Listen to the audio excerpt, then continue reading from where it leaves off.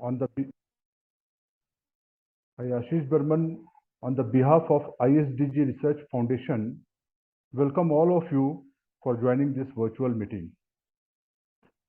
I would also like to inform you all that today in this meeting, along with all the participants, we are having our Director Sir, Captain Kumar Devashish, and one experienced social person, Sri Ayodhya Nath Mishra, with my colleague Gaurav Singh and myself as a moderator of this virtual meeting.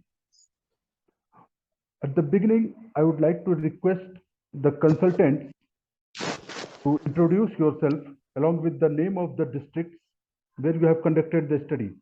मैं अपने consultant से request करूंगा कि एक बार वो अपना परिचय दें अपने उस जिले के नाम के साथ जहां पर उन्होंने ये स्टडी को कंडक्ट किया है।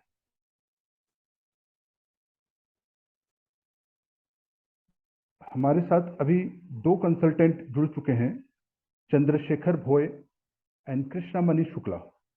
मैं रिक्वेस्ट करूंगा दोनों से कि एक बार अपना परिचय, छोटा सा एक परिचय दे दें।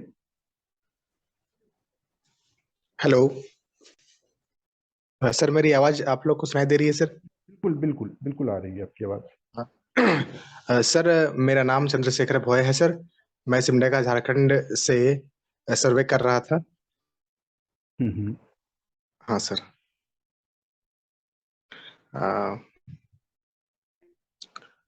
सर, इस सर्वे में मैंने ग्रामीण क्षेत्र में तथा ग्रामीण क्षेत्र से रिलेटेड किल्स वर्कर का सर्वे किया और साथ ही साथ जो वर्कर कंस्ट्रक्शन में काम कर रहे हैं उनके बच्चों का सर्वे किया हूँ सर।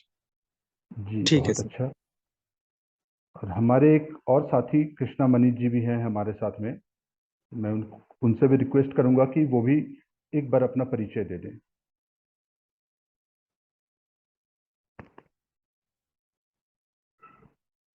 कृष्णामणि जी, आप सुन पा रहे हैं हमें? लगता है कहीं पर वो व्यस्त हो गए हैं। खैर चलिए, जब वो सुन पाएंगे तो फिर उनसे एक परिचय हो जाएगी। तो हम लोग इससे पहले कि जिस एजेंडा के तहत आज हम लोग इस वर्चुअल मीटिंग में आप लोगों के साथ में जुड़े हैं, सबसे पहले मैं अपने कंसल्टेंट्स जो हमारे साथ में चंद्रशेखर भोई जी हैं और कृष्णामणि जी हैं, उनको कॉन्ग्रेचुलेट करना चाहूँगा कि उन्होंने जो स्टडी पे जो काम किया उसको एक सक्सेसफुली उन्होंने उस स्टडी को कंप्लीट कर लिया। हमारी ओर से शुभकामनाएं दोनों को।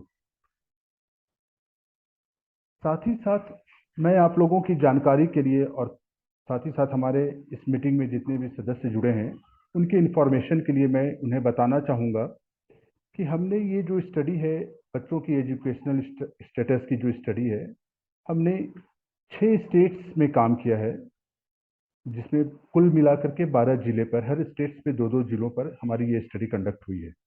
मैं चाहूँगा कि सारे स्टेट्स के नाम आपको मैं बता दूँ। पहला स्टेट हमारा था उत्तर प्रदेश, जहाँ पर हमने अलीगढ़ और प्रयागराज में काम किया, स्टडी को कंडक्ट किया। दूसरा हमारा दिल्ली एनसीआर था, दिल्ली के ईस्ट और वेस्ट रीजन को हमने कवर किया। राजस्थान में हमने भीलवाड़ा और श्री गंगानगर पे फोकस करते हुए वहाँ पर अपनी स्टडी को कंप्लीट किया। फिर आंध्र प्रदेश में चित्तूर और कड़ापा, ये हमारे 2 डिस्ट्रिक्ट वहाँ के थे। बंगाल को भी हमने कवर किया। वेस्ट बंगाल में हमने हावड़ा और हुगली डिस्ट्रिक्ट पे स्टडी कराई। और हमारा झारखंड, जहाँ पर हमने रांची और सिमडेगा जैसे जिलों में अपनी स्टडी को कंडक्ट किया वहाँ पर। अब हम अपनी इस डिस्कशन पे उतरने से पहले चाहेंगे कि हमारी जो ये स्टडी थी उसकी एक ऑब्जेक्टिव के बारे में जानकारी दे दूं सभी लोगों को, जितने भी हमारे पार्टिसिपेंट्स हैं। हमारी स्टडी की जो पहली ऑब्जेक्टिव थी वो ये जानना था कि जो हमारे कंस्ट्रक्शन माइग्रेंट लेबर्स हैं उनकी वर्किंग और लिविंग कंडीशंस क्या है, जहां पर भी वो काम कर रहे हैं, जो उनके डेस्टिनेशन एरियाज हैं वहां पर जो वो काम कर रहे हैं, तो उसकी कंडीशंस, किस कंडीशन पे वो काम कर रहे हैं। और ये ऑब्जेक्टिव को फॉलो किया गया है। उनके बच्चों की एजुकेशन स्टेटस के बारे में भी जानकारी हमने इकट्ठा की है। जो उनके पेरेंट्स हैं जो कंस्ट्रक्शन साइट्स पे काम करते हैं, ईंट के भट्ठे में काम करते हैं, उनसे भी हम लोगों ने इंटरेक्शन किया और उसके बारे में भी जानकारी ली है। और साथ ही साथ इसमें एक हमारी इस स्टडी की एक हिडन ऑब्जेक्टिव भी थी। हिडन ऑब्जेक्टिव हमारी ये थी, जो कि हमने सामने नहीं रखी, बट हमारा जो ऑब्जेक्टिव था उस पर भी हमने इस पे काम किया। वो था हमारा, वैसे लाइवलीहुड्स के जो जीविकोपार्जन के जो अपॉर्चुनिटीज हैं उसको आइडेंटिफाई करना, माइग्रेंट लेबर्स के जो कैटेगरी हैं उनके लिए कैसे वो उसकी जो अपॉर्चुनिटीज हैं उनको आइडेंटिफाई करें, और साथ ही साथ उनको कैसे और स्ट्रेंथन कर सकें, हम लोग कैसे मजबूती प्रदान कर सकें। ये हमारी ऑब्जेक्टिव थी पूरी स्टडी की। नाउ मैं आना चाहूंगा, जो हमारी ये वेबिनार है, जो वर्चुअल मीटिंग है जिसकी वजह से हमने ये मीटिंग रखी है, उसकी क्या मेन ऑब्जेक्टिव है, क्यों हमें आवश्यकता पड़ी इस मीटिंग को रखने के लिए। तो इस मीटिंग की हमारी प्राइम ऑब्जेक्टिव जो थी, वो हम लोग चाहते थे कि हमारे जितने भी साथी इस स्टडी से जुड़े हुए हैं उनसे हम लोग एक इंसाइट चाहते थे इस स्टडी के बारे में। उनकी जो एक्सपीरियंस रही है फील्ड पे जाने पे, या ओवरऑल प्रोजेक्ट की जो हमारी स्टडी की जो क्वेश्चनर्स से उससे रिलेटेड जो उनकी एक्सपीरियंस रही है, वो हम लोग जानना चाहते थे, क्योंकि वो ऐसे साथी थे जो कि फील्ड पर डायरेक्टली वो अपने कदम उतार के प्राइमरी इंटरेक्शन, जो प्राथमिक बातचीत हुई है, जो हमारे स्टेक होल्डर्स थे, कंस्ट्रक्शन वर्कर्स थे, बच्चे थे, सारे लोगों से उनकी जो डायरेक्ट बातचीत हुई उसके बारे में हम उनसे एक आइडिया ले सके, एक उनकी जानकारी को हम लोग एक संग्रहित कर सकें, ताकि हम इस स्टडी के रिजल्ट्स को और बेहतरीन बना सकें। मैं आप लोगों को ये बताना चाहूंगा कि ये वेबिनार को हमने दो सेक्शन में बांट रखा है। पहला तो हमारे साथ जितने भी कंसल्टेंट हैं जिन्होंने अपना योगदान दिया इस स्टडी में, उनके बारे में, उनका एक्सपीरियंस को हम लोग जानना चाहेंगे। वो अपने एक्सपीरियंस में ये बता सकते हैं कि ये स्टडी उनके लिए कैसी रही, इस स्टडी से उन्होंने क्या सीखा, और आने वाले समय में इस स्टडी की जो एम है वो कितनी फ्रूटफुल रही, वो कितनी कामगार रही।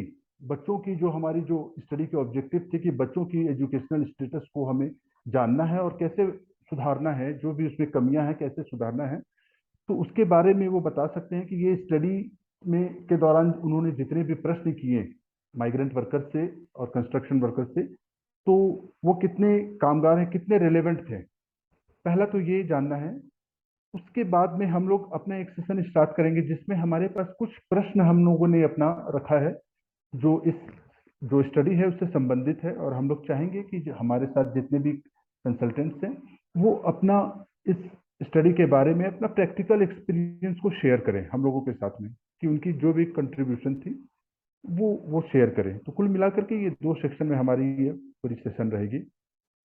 तो मैं अब चाहूंगा कि एक एक करके हमारे जितने भी कंसल्टेंट्स अभी जुड़े हैं, फिलहाल दो जुड़े हैं, उन लोगों से उनकी एक्सपीरियंस के बारे में जानना चाहूंगा। तो पहला मौका मैं देता हूं कृष्णा मणि शुक्ला जी को। उनसे रिक्वेस्ट करूंगा कि वो अपना एक्सपीरियंस के बारे में हमें शेयर करें। कृष्णा मणि जी।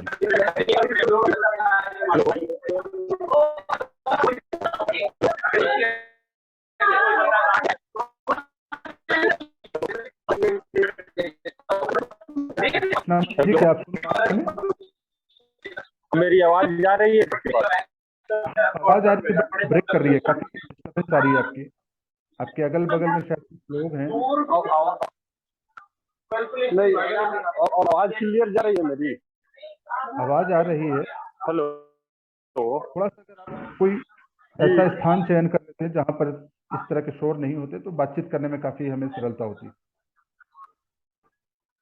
मेरी तो यहाँ आवाज है क्या? एकदम मैं साइड में हूँ। ठीक है, ठीक है, आप बताएं जी ये जी कैसा सबसे आपके पहले लिए। ये वेबिनार में पार्टिसिपेट करने वाले सभी को मेरा नमस्कार। बहुत अच्छा लगा, सर से भी मेरी बात हुई थी उस दिन, तो मैं यही बोला था कि एक ये जरूरी भी है कि अभी जो हम लोग काम किए, खास करके मैं 2 जगह काम किया था, 3 जगह ऐसे काम किया। उसमें सबसे पहले हम फरीदाबाद से हाजिर थे, फरीदाबाद के बाद इलाहाबाद किए, दिल्ली किए। तो बेसिकली हम लोग देख रहे थे कि दो पार्ट में हम लोग जो काम किए, एक तो ब्रिक लाइन जो लेबर है उनकी क्या कंडीशन है और क्या क्या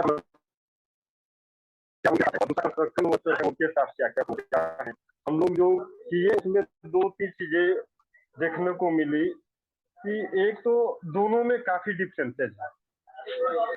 जहाँ पे बड़ा जो लेबर है वो काम कर रहा है, वहीं पर उसकी परिवार कई जगह तो है, उनके साथ एजुकेशन का बड़ी समस्या है। एक तो पास में कोई है भी तो वहाँ पे वो जल्दी एडमिशन नहीं करा पाए, इसलिए कि अधिकतर अन एजुकेशन लोग के साथ वो लोग घिरे हुए हैं, चाहे वो लोग पढ़ नहीं पाए हैं। उनके गार्जियन भी बहुत कम हमको देखने को मिला कि उनके गार्जियन भी पढ़े, तो वो अपने साथ छोटे छोटे बच्चों को भी काम पे लगाए हुए। उनके रहने का जो है वो पास में रहते हैं, वहीं पे जहाँ पे कंस्ट्रक्शन काम चल रहा है, ये ईंट भट्टा का काम चल रहा है वहीं पर, तो उनके अंदर ये देखे जहाँ पे और जगह हम लोग देखते हैं जो कंस्ट्रक्शन वर्कर है, वहां पे जहाँ हम देखते हैं कि उनके बच्चे पढ़ने को लेकर चाहे वो लोग एक्टिव हैं, वहीं पे बहुत एक्टिव लोग हमको देखने को मिले ब्रिक लाइन लेबर जो ईंट भट्टा पे काम करते हैं। अब ये है कि अब क्या समस्या तो है, लेकिन उसी में कई जगह हम लोग जाकर के बताएं, कई जगह वहाँ के गार्जियन है, चाहे कई ईंट भट्टे के भी जो मालिक है, कई जगह जाकर के हमको एक दो जगह ऐसा मिले जो वो लोग खुद एडमिशन करवाए हैं पास में। कई जगह जो कई जगह भी है जो हुए हैं, जो उनके गार्जियन के साथ जो एडमिशन नहीं करना चाहते और टाइम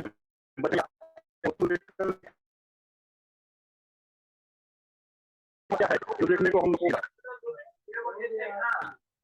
देखे बच्चे भी में है, तो आगे भी पढ़ाई को लेकर एक्टिव है, वो गांव पे भी है, साथ में भी है, तो ऐसा देखने को नहीं मिलता। हेलो, तो कृष्णामणि जी, मैं ये जानना चाहूंगा कि जो मैंने पहले भी कहा था कि ये जो स्टडी आपने की, इसके माध्यम से आपको क्या लगता है कि जो भी चीजें सामने निकल करके आई हैं, वो बच्चों की जो एजुकेशनल स्टेटस की जो हम बात कर रहे हैं, जो स्टडी का हमारा प्राइम ऑब्जेक्टिव है, उसको सुधारने में ये कितना हमारे लिए लाभदायक रहेगा ये स्टडी, या इसमें कुछ और कमियां रहेंगी? मुझे लगता है कि अगर आप वीडियो ऑफ करके ऑडियो का केवल यूज करेंगे तो शायद वॉइस की क्लियरिटी रहेगी। वीडियो की वजह से शायद कुछ डिस्टरबेंस आ रही है। अब ठीक आ रही है आवाज सर? हाँ, अभी बिल्कुल सही है। हाँ, तो अब ठीक है, वीडियो में ऑफ कर दिया हूँ। मेरा ये कहना था सर कि हम लोग जो ये एजुकेशनल स्टेटस जो हम लोग लिए हैं, उससे कई बेनिफिट हम लोग को देखने को मिला कि हम लोग और भी उसमें, जैसे कि एक चीज देखने को मिला कि कई ईंट भट्टा, हम बात करते हैं ईंट भट्टा अगर लेबर की, तो ईंट भट्टा लेबर में ये सबसे अधिक देखने को मिला कि वो 6 मंथ तक रहते हैं ईंट भट्टा पे, 6 मंथ तक चले जाते हैं गाँव पे, या कई जगह है जहाँ पे वो लोग रहते हैं वहाँ पे आसपास में स्कूल नहीं, स्कूल भी है तो वहाँ जल्दी उनका एडमिशन नहीं होता है, कई ये डॉक्यूमेंट लाइए वो डॉक्यूमेंट लाइए, और ये अधिकतर लेबर को मालूम ही नहीं है कि क्या डॉक्यूमेंट उनको देना है। तो एक मेरा इस पे ये सुझाव था कि अगर कहीं पे जैसे कई ईंट भट्टा 3-4 ईंट भट्टा एक साथ है या दो आसपास में है, वहाँ पे अगर हम लोग अप्रोच करें किसी मैंने कि जा करके वहाँ पढ़ाया जाए तो पढ़ने के लिए सब इच्छुक है। एक देखने को मतलब पॉजिटिव ही मिला कि चाहे ईंट भट्टा लेबर हो, जो नहीं भी पढ़ा है गार्जियन, वो भी चाहता है कि मेरा बेटा पढ़े। तो एक तो ये पॉजिटिव मिला कि वो लोग भी एक्टिव है, कहीं जाने पर ऐसा हमको कहीं नहीं मिला कि ईंट भट्टा लेबर बात नहीं करना चाह रहा है एजुकेशन को लेकर के। हाँ ठीक है, कई जगह के ईंट भट्टा का जो मालिक है वो भले कतराया, लेकिन जो लेबर है वो चाहता है कि हम जो काम कर रहे हैं उसमें हमारा बेटा काम ना करे, हमारा बेटा आगे बढ़े। तो एजुकेशन पे हम लोग एक ऐसे हम लोग कर सकते हैं कि कुछ टाइम मिले, और कोई अगर हम लोग बात करें तो गवर्नमेंट भी अगर इसके लिए करे, या हम लोग के लिए भी कुछ अगर ऐसा आता है जो ईंट भट्टा पे ही जाकर कुछ मंथ तक जब एक घंटा चल रहा हो उस समय अगर पढ़ाया जाए तो काफी और भी बच्चे एक्टिव होंगे पढ़ाई को लेकर के। बिल्कुल बिल्कुल कृष्णामणि जी, आपकी बातों से सहमत हूँ। और जो आप कह रहे हैं वो एक चैलेंजेस है और आपके सजेशंस हैं, हम लोग उस पे भी आएंगे। जो हमारे एजेंडा है, हम लोग क्वेश्चनर फॉर्म पे हम लोग उस पे भी चर्चा करेंगे। तब तक मैं चाहूंगा कि चंद्रशेखर भोई जी, थोड़ा सा आप इसमें प्रकाश डालें कि ये स्टडी आपके हिसाब से कैसी रही, आपको सीखने के लिए क्या मिला, और जो मैंने आपसे पहले भी कहा कि बच्चों के लिए ये कितना लाभदायक रहा ये स्टडी। थोड़ा सा आप इस पे भी चर्चा करें, फिर हम लोग अपने एजेंडा पे आएंगे। Yes sir. सर मेरा एक्सपीरियंस है दोनों साइड से बराबर रहा, अच्छा भी रहा, कुछ कुछ जगह बुरा भी रहा। और इससे फील्ड में घूमने से हम अपने आसपास जिले के बच्चों के बारे में अच्छे समझ पाए कि उन लोगों का एजुकेशन कैसा चल रहा है, उसके माँ बाप उनके बारे में क्या सोचते हैं, उनसे क्या एक्सपेक्ट करते हैं उनके लाइफ से, और खुद उनके लिए कितने तत्पर हैं ताकि उनका भविष्य सुधर सके। सर इसमें बहुत सारे जो ईटे भट्टे के लेबर जो हैं उसमें बहुत जानकार निकले, मतलब बच्चे के प्रति उन लोग का भाव अच्छा है, वो पढ़ाना चाहते हैं। बहुत लोग तो ऐसे मिले जो प्राइवेट स्कूल में एडमिशन भी करवा के दोनों हस्बैंड वाइफ दोनों काम करते हैं और बच्चों का फीस भरते हैं और पढ़ाने के लिए भेज रहे हैं। और कंस्ट्रक्शन वाले में भी अच्छा रहा सर। और ये मिला सर हमको सर्वे में कि खासकर हम झारखंड से हैं, झारखंड में एल्कोहलिज्म का प्रॉब्लम के कारण कहीं कहीं कोई परिवार में बच्चों को पढ़ाने को लेकर दिक्कत है, और उसी की वजह से समाज में दिक्कत है और सोसाइटी की वजह से ही बच्चों को पढ़ाई में दिक्कत होता है और वो आगे बढ़ना भी चाहते हैं तो इसी घेरा में फंस कर रह जाते हैं। ये एक समस्या, बहुत बड़ा समस्या निकल के आया सर। काहे कि एक जगह हम गए थे, वहां पर जो ईटा भट्टा का लेबर था वो लोग थोड़ा ड्रिंक वगैरह ज्यादा करते थे, उसके वजह से पूरा गांव ही थोड़ा पूरे कटा हुआ है, मतलब एक तरह से अशिक्षित टाइप से ज्यादा ही है वहां का। और कुछ कुछ अच्छे गांव मिला जहां पर लेबर जो है अपने बच्चों को अच्छा एजुकेशन दे रहे हैं, आगे के बारे में सोच रहे हैं, अब बच्चियों को पढ़ा रहे हैं। खासकर ये ट्राइबल इलाका है तो यहाँ पर बच्चा बच्ची में उतना भेदभाव नहीं है, तो इसके वजह से जो भी पढ़ने में इच्छुक है और जो अच्छा करना चाहता है उसको माँ बाप पढ़ाते हैं यहाँ पर।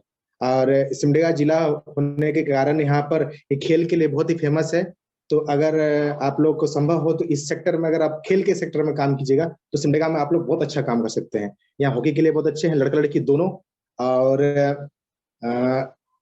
फुटबॉल हो गया सर, और भी यहाँ पर बहुत सारी प्रतिभा छुपी हुई है। लोकल सिंगिंग में, डांसिंग है, बहुत सारे बच्चे, खासकर इन क्षेत्र के बच्चे जो लेबर सेक्टर से आते हैं उनमें कलाएं बहुत अच्छा अच्छा उनके पास में कैपेसिटी है सर डेवलपमेंट की लिए सर। और सर आप अगर कुछ पूछना चाहें तो सर हम इसके बारे में बात कर सकते हैं। जी जी बिल्कुल, हम लोग अपने एजेंडा की तरफ में बढ़ना चाहेंगे अब, हाँ सर। क्योंकि आप लोगों ने अपना अनुभव तो शेयर किया है, आपने भी शेयर किया, कृष्णामणि जी ने भी अपना बताया अनुभव जो इस स्टडी को लेकर के था।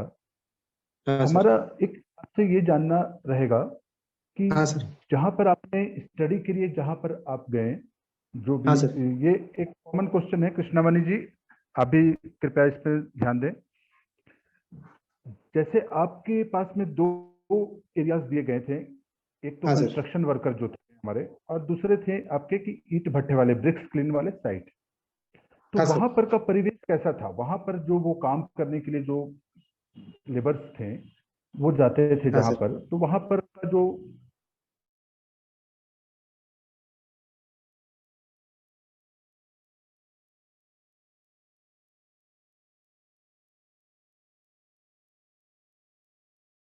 जो कॉन्ट्रैक्टर जिन्हें कहते हैं, तो उनके द्वारा वहां पर किस तरह की सुविधाएं दी जा रही थी? सुविधाओं से मेरा तात्पर्य है रहने की सुविधा कैसी थी, बच्चों के लिए क्या क्या सुविधा थी, उनके हाँ सर। जो एजुकेशन की बात हम लोग कर रहे हैं, शिक्षा के लिए कुछ वैसा कुछ आपको वहां पर नजर आया? उनका हेल्थ स्टैंडर्ड कैसा था? उनको जो आहार जो मिलती थी, जो उनके खाने पीने की जो व्यवस्था थी, उनके भी और उनके बच्चों की भी, और खेल कूद के बारे में आपने अभी जिक्र किया ही। और इस तरह से अगर हम लोग सारी चीजों का एक मिश्रण करें तो उसके बारे में थोड़ा सा आप बताना चाहेंगे कि किस तरह हाँ का सर। वो वातावरण में वहां पर वो काम करते हैं? क्या उनको परेशानी आती है उस वातावरण में, या वो उस वातावरण में घुल मिल गए हैं, उनको किसी प्रकार की कोई असहजता नहीं है? हाँ थोड़ा हाँ। इस पे आपसे जानकारी लेना चाहें। सर ईंट भट्टे का जो लेबर है सर, वो लोग फरवरी महीना से अप्रैल मई तक वो लोग रहते हैं, वहां पर काम करते हैं। क्या है कि उसके बाद वो लोग खेती बाड़ी के लिए घर में लौट जाते हैं। इस समय वो लोग को वहां पर ईंटा भट्टे के मालिक से सुविधा मिलता है सर। छोटा मोटा 7 बाई 7 का लगातार वो लोग छोटे छोटे रूम बना दिए होते हैं, उसमें वो लोग रुकते हैं और उसी में वो लोग खाना वाना बनाने के लिए कुछ कुछ सुविधा देते हैं वो लोग अपने तरीके से। और प्लस वो लोग फुल पेमेंट नहीं देते हैं, आधा पेमेंट देते हैं ताकि वो लेबर रुके रहे यहीं पर। ये सब है। और तो स्वास्थ्य के लिए सुविधा कोई विशेष सुविधा तो होती नहीं है। बीमार होने पर लोकल बाजार हो गया, फिर लोकल स्वास्थ्य केंद्र ही वो लोग जाते हैं। और शिक्षा के लिए भी अगर छोटा बच्चा है, 5-7 साल का बच्चा है, तो वो लोग स्कूल तो अगर जा रहा है, अगर उससे कोई बड़े हैं और उसके गांव में कोई है तो वहां छोड़ रखते हैं या फिर खुद लेते आते हैं अपने साथ में।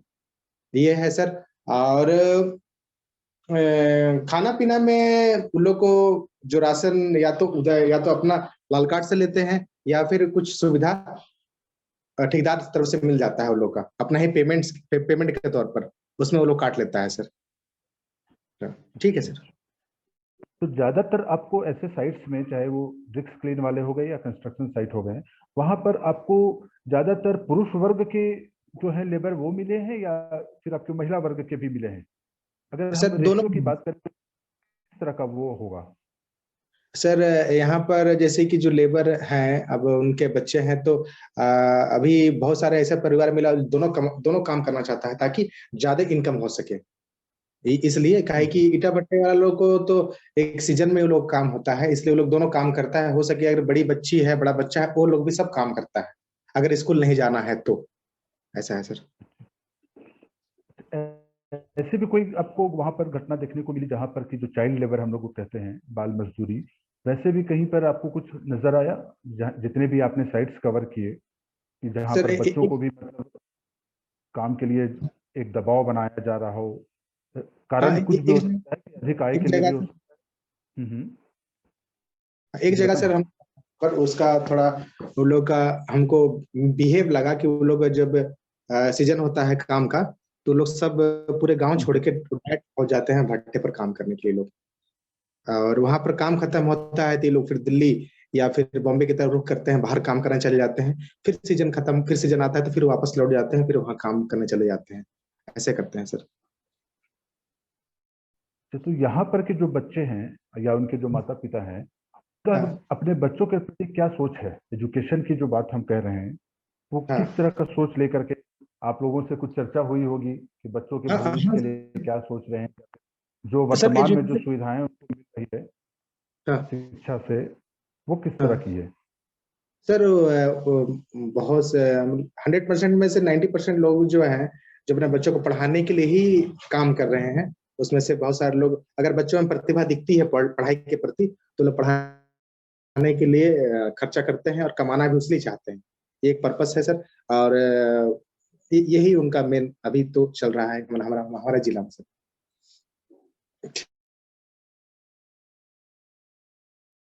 ठीक है सर। सर मैं अभी कुछ प्रकाश डालना चाहेंगे? जो जो हमने बातें, चंद्रशेखर जी जो अपने सिमडेगा में इन्होंने काम किया और सिमडेगा के परिवेश में जो जो इनको चैलेंजेस आई या जो भी सुविधाएं उन्होंने देखी, आपके क्षेत्र में कैसा अनुभव रहा आपका?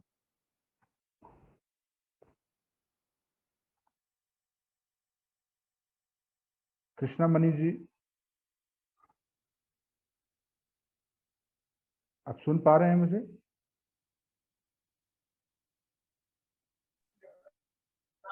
हेलो। हाँ हेलो, कृष्णा मणि जी। आवाज आ रही है मेरी सर? बिल्कुल आ रही है। हाँ, मैं बोल रहा हूँ सर, मैं मेरा ये 3 जगह प्रश्न था किया। आपसे। हाँ जी, हाँ जी जी। जी। हाँ, तो मैं उस पे बोल रहा हूँ। मैं 3 जगह जो किया, हर एक डिस्ट्रिक्ट का अलग-अलग परिदृश्य देखने को मिला मुझे। अब हम देखते हैं, सबसे पहले अगर इलाहाबाद की बात करते हैं, तो इलाहाबाद में हमको जो ईंट भट्टा पे भी जो लेबर मिले, वो आस-पास के ही गाँव के रहने वाले लोग। ठीक, तो उसमें जब समय होता है तो सब लोग जाकर काम करते हैं। लेकिन वहाँ पे जब देखते हैं तो कई जगह कच्ची मिट्टी का वो लोग मकान बनाया हुआ था अधिकतर। कच्ची कहीं पे ईंट जोड़ करके बना लिए हैं।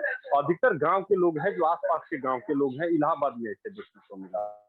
लेकिन उनके अंदर ये है कि ये जो बेसिक जो मालिक जो जागरूक का है, वो उनका कोई योगदान उस टाइप से नहीं है कि आप ऐसे कीजिए, वो पैसा देता है, फिर ये लोग अपना दिन में काम किए, रात में घर पे चले आए। तो इलाहाबाद का अलग देखने को मिला। लेकिन जब वहीं हम बात करते हैं, जब हम अलीगढ़ और प्रयागराज में हम देखे, अलीगढ़ और फरीदाबाद में जब हम काम किए थे, तो अलीगढ़ में ये है कि लोग जाकर के बाहर से आकर के लोग काम कर रहे हैं, और वहां पे देख रहे हैं कि उस तरह से शिक्षा का माहौल नहीं है। वहां पे कई जगह ये देखें कि व्यवस्था कुछ किए हुए हैं मालिक, लेकिन उस तरह से नहीं है कि उनके लिए वही पोल्यूशन बहुत है, मिट्टी का है, पूरा पानी लगा हुआ है, तो मूलभूत सुविधा उनको नहीं उस टाइप से मिल रही है जिस टाइप से कंस्ट्रक्शन वर्कर को मिल रहा है। तो इसीलिए हम देखते हैं कि कहीं ना कहीं जो ईंट भट्टे के जो लेबर के अंदर उनके बच्चे को भी देख रहे हैं, एजुकेशन लेवल कई जगह है कि न गार्जियन पढ़ा है, न बच्चे पढ़ रहे हैं, एडमिशन तक नहीं। और कई जगह वो चाहते भी हैं तो वहाँ सुविधा नहीं मिल पा रही है। हम पूछे भी कई जगह जाकर कि आखिर एडमिशन क्यों नहीं हो रहा है, तो वो लोग बोल रहा था कि जल्दी टीचर एडमिशन नहीं लेते हैं। कई जगह बहुत दबाव देने पे जाके एडमिशन उनका गांव पे भी है, तो ये लोग जल्दी गांव पे नहीं जाता है। तो इस तरह से हम देखने को मिला कि बच्चे चाहते भी है पढ़ना, तो गार्जियन नहीं एक्टिव, और कई जगह गार्जियन एक्टिव भी है तो जल्दी एडमिशन नहीं मिलता है। खेलने उलने का सुविधा उस तरह से नहीं है, खाने का भी वही है, लोकल खाना वो जो होता है वो अपने बनाते हैं, वहीं पे ईंट जल रहा है, वहीं पे धूल मिट्टी सारा एक टाइप का है, उस तरह से उनको सुविधा नहीं है जिस तरह से होना चाहिए। अच्छा कृष्णा, अभी एक मिनट में सेशन कट जाएगा, तो सभी लोग इसी लिंक पे वापस क्लिक करके जुड़ेंगे जी। एक तो मिनट ये में कितना देर के लिए कटेगा? 30 सेकेंड्स में लिंक कटेगा, दोबारा इसी पे क्लिक करके जुड़ जाइएगा। दोबारा सभी लोग इसी लिंक पर क्लिक करके जुड़ जाएंगे, हमको बात करनी है अभी। ठीक है, कोई दिक्कत। हाँ बोलिए। हेलो कृष्णा जी, और आप कुछ इसमें बताना चाहेंगे? जैसे हम लोग ने चाइल्ड लेबर के लिए भी बात की।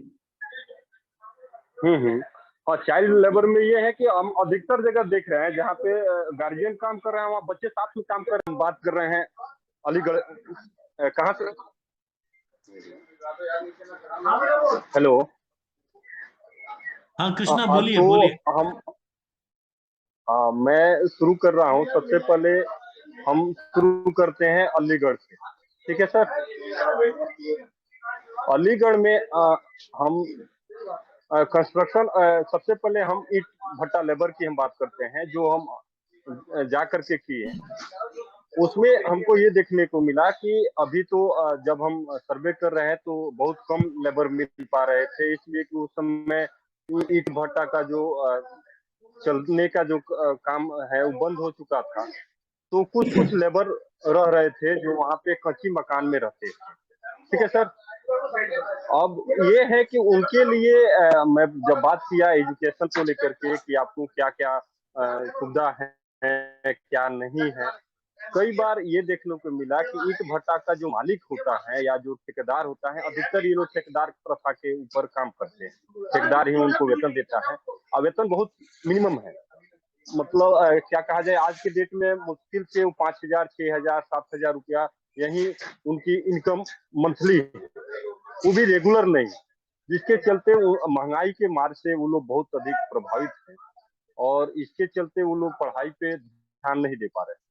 क्या करके मेरा जो साइड रहा है, मैं वहां गया, बात किया, तो दोनों हस्बैंड और वाइफ काम करने के बावजूद भी वो इतनी महंगाई हो गई है कि वो अपने बच्चों को मतलब प्राइवेट स्कूल में पढ़ाने के बारे में सोच भी नहीं पा रहे। एक दो जगह ऐसा मिला जहाँ पे ईंट भट्टा का जो मालिक है वो 2-4 बच्चे को एडमिशन दिलवाया हुआ था, लेकिन वहीं और बच्चे के साथ ऐसा देखने को नहीं मिलता।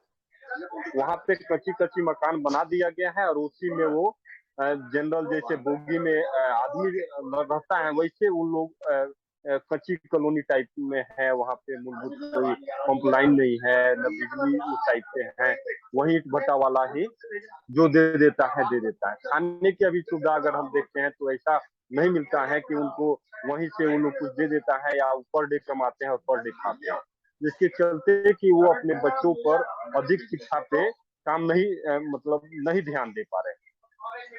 और ये भी देखने को मिला कि ये जो ईंट भट्टा का जो मालिक जो काम करने वाले हैं अधिकतर अशिक्षित लोग और गरीब तबके से आए हुए हैं, दिन भर मेहनत मजदूर करते हैं, उनको शिक्षा के बारे में उतना ज्ञान भी नहीं है।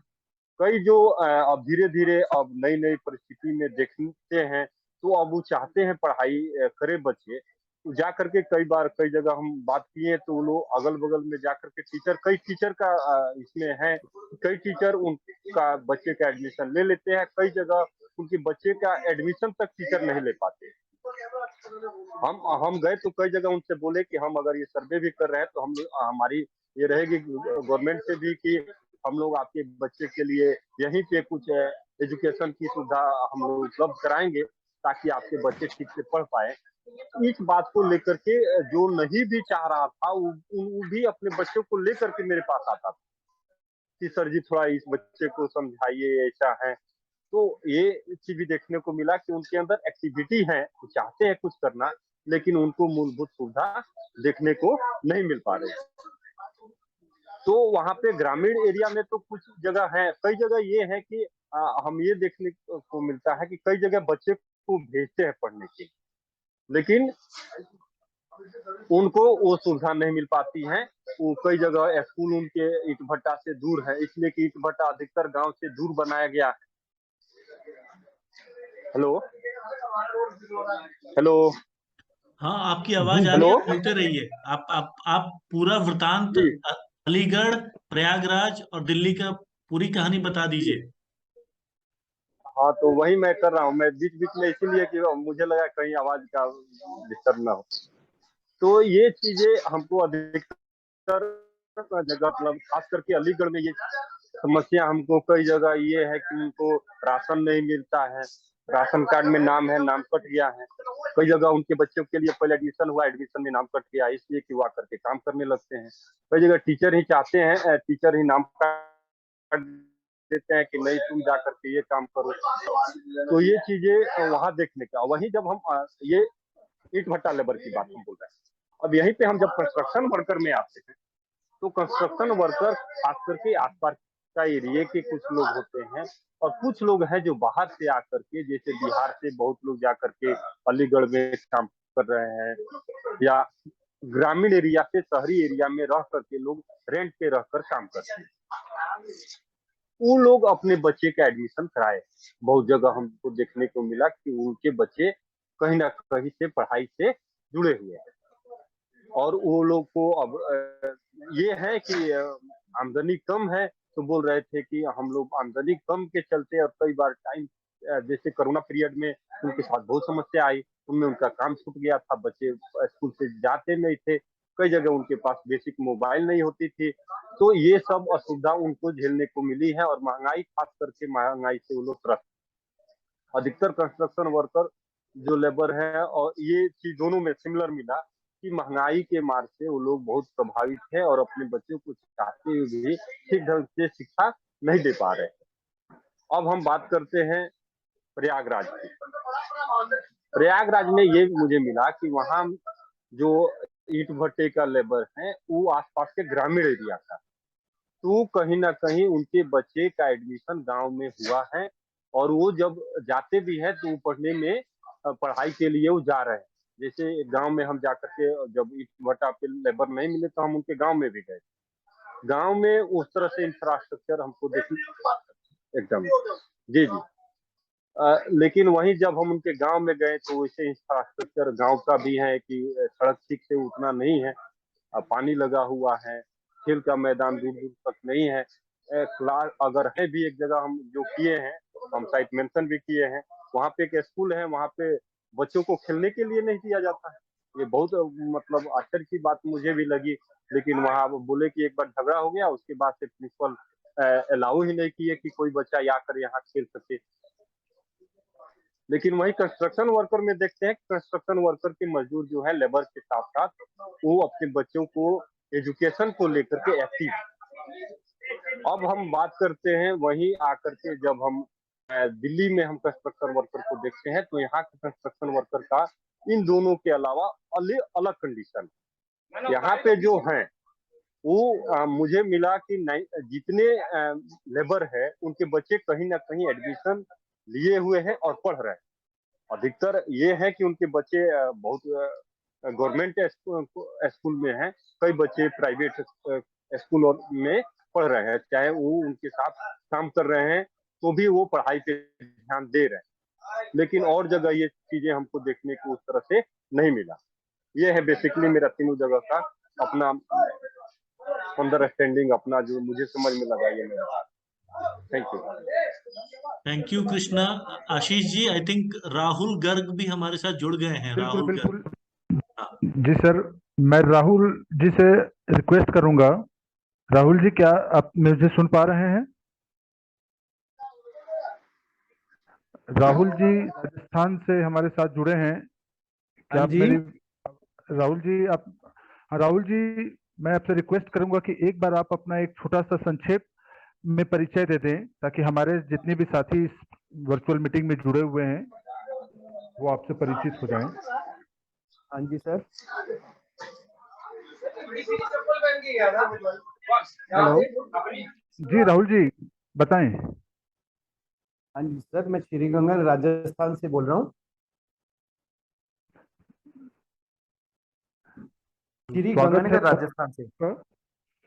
राहुल जी, हम लोग ये वर्चुअल मीटिंग जो है आप काफी थोड़ी आपको विलंब हुई जुड़ने में, तो हम आपको थोड़ी जानकारी के लिए बता दूं कि ये वर्चुअल मीटिंग के माध्यम से हम लोग जितने भी हमारे जो स्टडी एरिया थे जिसमें आपने भी काम किया श्री गंगानगर राजस्थान में, तो हम लोग इस मीटिंग के माध्यम से ये जानना चाह रहे हैं कि ये जो आपने स्टडी कंप्लीट की है वो आपके लिए कितने कामगार थी, प्लस बच्चों के लिए जो हम लोग खास करके बच्चों की जो एजुकेशनल स्टेटस पे हम लोग चर्चा करते आए हैं पूरे स्टडी में, तो उससे ये संबंधित कितनी थी।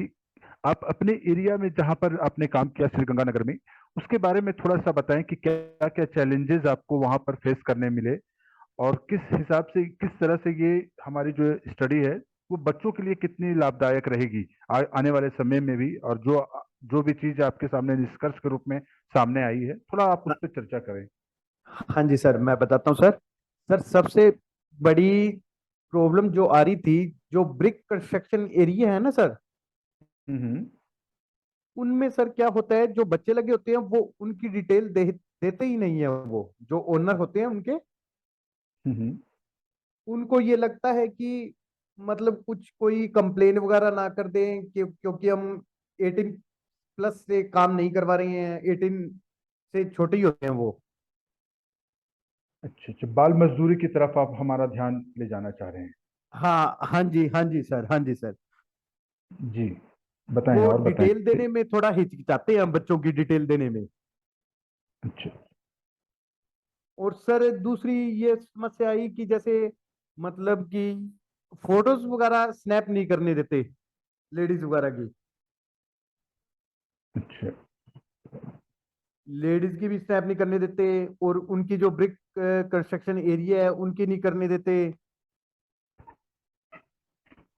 और अगर किसी पेरेंट से अपने कोई मीटिंग करते हैं तब जैसे मैंने की, तो उन्होंने ये पूछा कि हमें क्या फायदा होगा। तो फायदा भी उनको डिटेल में बताना पड़ता है कि ये बच्चों की मतलब एजुकेशन से रिलेटेड क्वेश्चन पूछे जाते हैं या सर्वे किया जा रहा है ये। तो ये तो आपने जो समस्या वहां पर आपने जो फेस किया उसके बारे में आपने थोड़ा सा इसमें बताया। मेरा ये आपसे एक सवाल है कि जो वहां पर जो माइग्रेंट्स वर्कर हैं जो दूसरे प्रदेश से आकर के वहां पर काम कर रहे हैं, उनके साथ में उन्हें किस तरह की समस्याओं का सामना करना पड़ रहा है? क्या ये सब चीजें आपके जो आपने इंटरव्यू किया उन लोगों से जो बातचीत की उसमें इस तरह की कुछ चीजें सामने आई हैं निकल कर? हाँ जी, हाँ जी सर। उनको सर एक तो समस्या का सामना करना पड़ रहा है कि उनकी एजुकेशन जो बच्चों की है ना, वो प्रॉपर और सही ढंग से नहीं हो रही है। मतलब उनको क्या देखना पड़ता है कि जहाँ पे हम रह रहे हैं, मतलब वो जहाँ पे जो वर्कर हैं, वो जिस एरिया में रह रहे हैं, वो सबसे पहले ये देखते हैं कि हमारे बच्चे छोटे हैं तो हम ला भी सके उन्हें और छोड़ के आ सके। सबसे मतलब रहने वाली जगह से स्कूल पास में देखते हैं वो। तो ठीक है, स्कूल ये पास तो में उस एरिया में होना एक पॉसिबल नहीं होता है, तो जिस कारण कुछ बच्चों को एजुकेशन नहीं मिल पाती। ठीक है। ये जो आपने बात बताई ये तो उनके एजुकेशन से रिलेटेड हो गई। मैं ये भी जानना चाहूंगा कि उनकी अपनी व्यक्तिगत समस्या किस तरह की थी, जो उनके पेरेंट्स थे जो बच्चों के, उनको जो जहां पर वो काम करने जाते हैं, चाहे वो ईंट भट्टे हो या फिर कंस्ट्रक्शन साइट हो, वहां पर किस तरह की चुनौतियों का सामना उन्हें करना पड़ा, अच्छा, इस राहुल तरह जी, की कुछ। आशीष जी 1 मिनट रुकूंगा मैं, है ना। जी सर। राहुल जी, ये बताइए कि वहां जो काम करने का सिनेरियो है, एक तो ईंट भट्टे की बात है, दूसरा कंस्ट्रक्शन साइट की बात है। तो ईंट भट्टे पे काम करने की स्थितियां, परिस्थितियां, रहने की स्थिति परिस्थिति, शौचालय इत्यादि, उसके बाद वहां भोजन भाजन की व्यवस्था, सुरक्षा की व्यवस्था इत्यादि को थोड़ा बताइए। और उसके बाद उनको कोई कोई भी मतलब 1 2 3 ब्रिक किन में जो काम कर रहे हैं, उनको कुछ भी सरकारी योजना सुविधा वहां पहुंचती है क्या? क्योंकि मान लीजिए कि कोई उत्तर प्रदेश से आके आपके राजस्थान में काम कर रहा है, झारखंड से आके काम कर रहा है, वो तो प्रवासी है, उसके पास बीपीएल का कार्ड होता था क्या? अगर था तो क्या उनको one ration, one nation one ration इत्यादि ये सब पता है क्या? क्योंकि ऐसे प्रवासी लोगों को ऐसे तो कोई सुविधा मिल नहीं पाती। तो क्या वहां भी स्थिति वैसी ही थी? उसके बाद आप बताइए कि बच्चों के शिक्षा के बारे में क्या क्या चुनौतियां थी, बच्चे पढ़ पाते थे, पेरेंट्स कितने जागरूक थे नहीं थे, इस पे हम आपसे समझना चाहेंगे। पढ़ाई को लेकर उनका रुझान क्या था, बच्चों का पोषण कैसा था, उनको भोजन, जैसे स्कूल में तो मिड डे मील मिलता है, सरकार बोलती है कि उससे उनको पोषण मिलता है, तो हमारे जो ईंट भट्टे में बच्चे हैं उनको पोषण कैसे व्यवस्था होती थी, या जो माँ बाप खिलाते थे उतने में ही उनको जीवन चलना था? और बच्चों को लेकर कोई और कोई खतरा, कोई चुनौती, क्या बच्चे जैसे थोड़ा बहुत चाइल्ड लेबर में गए, पर चाइल्ड लेबर के साथ साथ क्या बच्चे काम करते करते वहां क्या नशा वगैरह की प्रवृत्ति भी बढ़ रही है? ये सारी चीजें, पूरा चित्र हम आपसे जानना चाहते हैं, राहुल जी। हाँ जी। सर, उनके रहने की तो कोई प्रॉब्लम नहीं थी, उनको रहने की सुविधा अच्छे से मिली थी, शौचालय वगैरह की व्यवस्था पूरी थी उनकी। पर जो 6 ईयर से कम बच्चे हैं ना, छोटे बच्चे, उनको क्या था, लेडीज जो वर्कर है वो उनको साथ में लाना पड़ता था उनको। फिर उनको अलग से उनकी व्यवस्था, कंस्ट्रक्शन एरिया या हो या कंस्ट्रक्शन साइट हो, वहां पे उनको रहने की व्यवस्था अलग से टेम्परेली करनी पड़ती थी उन्हें। उनके खाने पीने की व्यवस्था पे भी उनको उसी जगह पर ध्यान देना पड़ता था। और उनकी एजुकेशन की बात करें तो सर, एजुकेशन का तो मैंने जैसे बताया कि स्कूल जो एजुकेशन जो इंस्टीट्यूट है ना, वो जिस एरिया में, जिस जो मतलब कंस्ट्रक्शन एरिया है, कंस्ट्रक्शन एरिया एक्चुअली क्या होता है, गंगानगर से आउट ऑफ साइड होता है,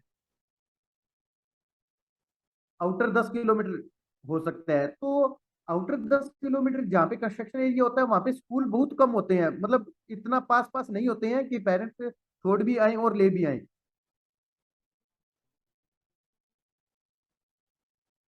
और कंस्ट्रक्शन एरिया पर सुरक्षा की बात की जाए तो पेरेंट्स को जो खतरा रहता है वो ही बच्चों को रहेगा।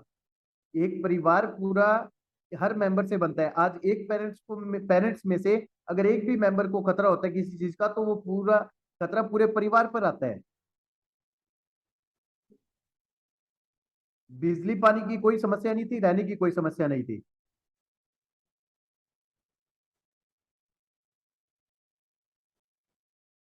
तो राहुल जी, जैसे कि आपने बताया कि बिजली पानी की समस्या नहीं थी, रहने की समस्या नहीं थी, इसमें एक बिंदु पर थोड़ा आपसे चाहेंगे हम लोग इस पे कि क्या वहाँ के जो वर्कर्स थे जो बाहर से आकर के काम कर रहे हैं, उनको वहाँ पर उपलब्ध सरकारी सुविधा जितने भी स्कीम्स होते हैं उसके बारे में उनकी जानकारी कितनी थी?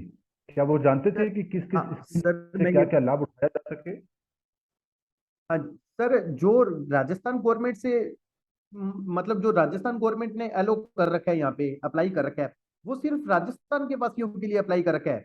अगर आपके पास आईडी या जो वर्कर के पास जो आईडी होती है वो उत्तर प्रदेश वगैरह की होती है, तो वो उन पे लागू नहीं होता है।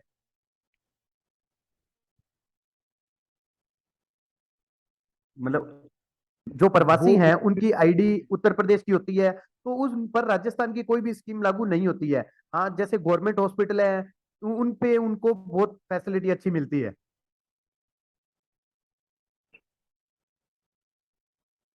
यदि हम बच्चों की बात कहें तो आपके श्री गंगानगर में आपने बच्चों से भी चूंकि डिस्कशन किया है, काफी सारे बच्चे थे आपके साथ में, जिसकी रिपोर्ट आपने पहले भी हमें सबमिट की है। करीब 15-16 बच्चे से आपने संपर्क करके उनसे भी बातें की हैं। तो आपके हिसाब से वो बच्चों की स्टेटस क्या है, जो मेंटल एबिलिटी हम लोग कहते हैं, कितना वो मानसिक विकास उनका कितना हुआ सर, है, शिक्षा को लेकर के वो कितने सतर्क हैं, कितने जागरूक हैं, इस पे कुछ सर बताएंगे आप? शिक्षा को लेकर तो बच्चे सभी जागरूक है, पर उनकी कोई ना कहीं पे पारिवारिक समस्या बीच में आ जाती है। जैसे पेरेंट्स में, अगर माने तो जेंट्स काम कर रहे हैं, जेंट्स के कोई अगर प्रॉब्लम हो जाती है या कोई हेल्थ रिलेटेड इशू होता है जेंट्स से, तो सर मदर काम पे जाती है, मदर काम पे जाती है, तो पीछे से बच्चा एजुकेशन की तरफ ध्यान नहीं दे पाता है। अगर छोटा बच्चा है तो वो मदर के साथ जाएगा, या फिर जो फादर घर पे है उनकी देख रेख करने के लिए उस बच्चे को घर पे रहना पड़ेगा।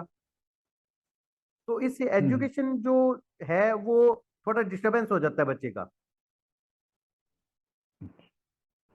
तो ये एक तरह से उनके लिए चुनौती थी कि जो उनके पेरेंट्स से उनके साथ में नहीं रहने की वजह से उनकी जो है एजुकेशन पे ये सब एक बाधक के रूप में सामने आई आपके श्री गंगानगर में। हाँ जी सर। साथ ही साथ मैं, हमारे साथ एक और साथी हैं, गौरव कुमार सिंह जी, क्योंकि ये हमारे साथ तो हैं ही, और प्लस इन्होंने कुछ रांची जिले में ये खुद भी जाकर के लोगों से बातचीत किए हैं। आपकी तरह उन्होंने भी जो माइग्रेंट वर्कर्स हैं उनके साथ में इंटरव्यू किया, बच्चों की भी स्थिति, जो एजुकेशनल स्थिति है, प्लस और भी क्या क्या उनके साथ सामने समस्या के रूप में है, उस उन्होंने उस पर भी जाकर के चर्चा किया है, और काफ़ी सारी चीज़ों को वहाँ से वो लेकर के आए। रांची जिले के बहुत सारे अलग अलग क्षेत्र में उन्होंने जा करके इस चीज़ों पे काम किया। तो मैं गौरव जी से रिक्वेस्ट करूंगा कि गौरव जी थोड़ा सा आप रांची के संदर्भ में थोड़ा सा इन सब चीज़ों पे आप भी कुछ चीज़ों को सामने रखें, ताकि हमारे अन्य साथी को भी थोड़ी सी जानकारी हो जाए कि अपने अपने क्षेत्र के अलावे दूसरे क्षेत्र में किस तरह की चुनौतियों का सामना करना पड़ा आपको। गौरव जी। Thank you Ashish ji. रांची को लेके जब सर्वे हुआ, सबसे पहले हम भी ब्रेक क्लीन वर्कर्स से ही स्टार्ट करेंगे। जी। ये जो सर्वे हुआ था रांची के ओरमांझी ब्लॉक में मैंने किया था। इसमें ये देखने को मिला कि मोस्टली जो लोग थे वो गांव के ही रहते थे, क्योंकि यहाँ पे ओरमांझी आउटर थोड़ा सा है रांची के, तो जितने भी वर्कर्स थे मोस्टली वो सारे वो गांव के ही होते थे। जैसे चकला में एक आ, भट्टा था, वहाँ के जितने भी वर्कर थे वहीं आस पास के थे। बच्चों की शिक्षा के बारे में बात करें तो काफी लोग एक्टिव थे इस चीज को लेकर। मतलब लगभग 60 से 70% जो ये ब्रिकलिन वर्कर्स थे, उनका ये मानना था कि हम अपने बच्चे के लिए ही इतना मेहनत कर रहे हैं। आज के दिन में हम जो लाइफ जी रहे हैं वो हम अपने बच्चे को नहीं देना चाहते हैं। अ, उन लोगों ने अपने बच्चों का एडमिशन प्राइवेट स्कूल में कराया हुआ था।